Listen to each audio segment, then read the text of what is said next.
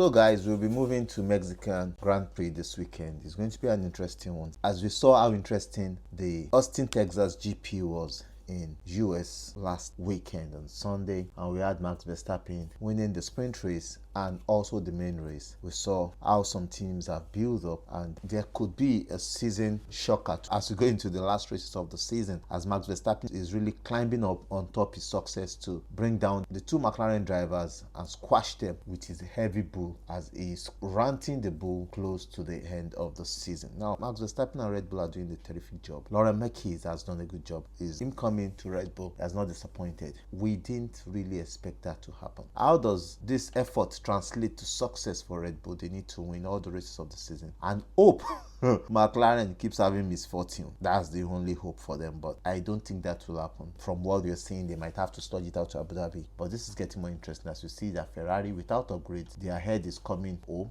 They are learning about the car they designed, the project that has flopped, that has not won a race this year and has only gotten few podiums. Going to the Mexican GP, great race we've always had in Mexico, and we've seen that the Red Bull has always succeeded. They've tried, they've done a good job in Mexico. That's the highest altitude of the year, the Mexican GP, which is, I think it's about 7,000 or thereabout. It is a unique track, and that track was first used in 1962, but we've had 25 races since 1962, in which we have 17 corners and 2 DRS zones. The 2 DRS zones from the start to finish line and from turn 3 to turn 4. The turn 3 to turn 4 is the most interesting part. It brings so many fortunate overtakes, because over the years we've seen some crazy overtakes, especially on the slow corners. Now, this track is not too long, it's not too short. To me, I would say it's a short race in which we have some slow corners that really slow the car down. We're talking about turn 1, 2, 3.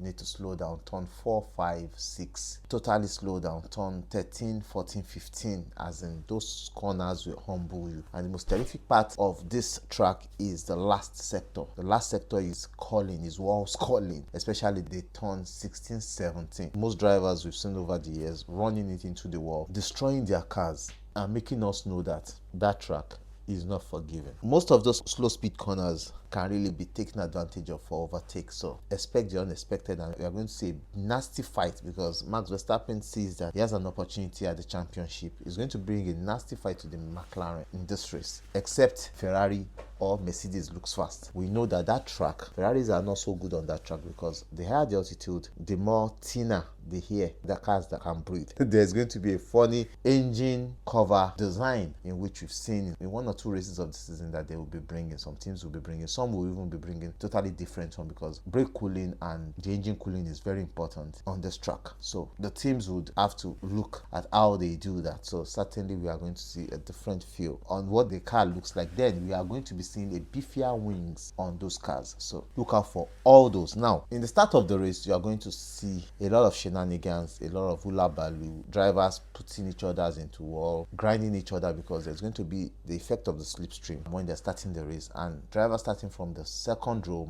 or third row might be able to jump the drivers ahead, which we've always seen all over the season. And if the Red Bulls are starting from behind, the effect of the slipstream is just made for Red Bull. They enjoy it so much. That you should also look out for, because the effect of the slipstream will be very, very important. Now, like I said earlier, the track has a lot of Red Bull advantage options. You don't want to miss out. It is going to make this battle a very interesting one. We are going to be having a 71 lap race, no sprint race, FP1, FP2, FP3. And the interesting thing is Ferrari is going to be resting Lewis Hamilton for FP1, and we are going to be having Fuoco, the young Ferrari driver, sitting in for Lewis Hamilton. And the first part of the practice for Lewis Hamilton comes in for the second, third, and qualifying. Drivers with the most win is Max Verstappen, with Red Bull having the most constructors win in Mexico. The circuit, it's called the Circuit Autodromo Hermanos Rodriguez. The two brothers were part of the great event of that track, and that's why it is named after those two brothers. So the circuit length is a 4.304 kilometers, that's about 2.674 miles, and the 305.353 kilometers, that's about 189.738 miles. A 71 lap race with Charles Leclerc taking pole last year and his teammate Carlos Sainz winning the race with Charles Leclerc coming third. And that race was very interesting because we had a collision cause and Max Verstappen coming to bully them. He just came ahead. If everybody shakara on a papa, get out of the road. And that's when Max Verstappen had the same toggle with Lando Norris, was given a 20-second time penalty, which dropped him behind in the race. Max Verstappen finished the race 6th. Carlos Sainz winning the race. Carlos Sainz had a good overtake on Max Verstappen from lap 2. Was able to overtake him. Lando Norris finished second. Charles Leclerc finished third and held on to the fastest lap to give his team an opportunity to chase down McLaren to Abu Dhabi for the Constructors' Championship title in 2024. Hamilton 4th, Russell 5th, Verstappen 6th. In 2023, we had Max Verstappen winning the race with Hamilton coming 2nd and Charles Leclerc 3rd, Sainz 4th, and Norris 5th. That was the resurgence of McLaren. Then in 2022, we had Max Verstappen winning the race comfortably and conveniently, Hamilton 2nd, Perez 3rd, Russell 4th, and we had in 2021 Verstappen winning comfortably, conveniently, no hassle, Hamilton 2nd, Perez 3rd, the same way it was in 2022. 2020 no race, but in 2019 we had Hamilton winning the race, taking advantage. The Ferraris were on pole, Vettel 2nd, Bottas 3rd, Leclerc 4th, and Albon 5th, Verstappen coming in 6th. In 2018 we had Max Verstappen winning the race with Daniel Ricciardo taking the pole position, Sebastian Vettel 2nd, Raikkonen 3rd, Lewis Hamilton 4th. You don't want to miss any part of the race this weekend because it's going to be very, very interesting. I can assure you about that. Now, as we enter the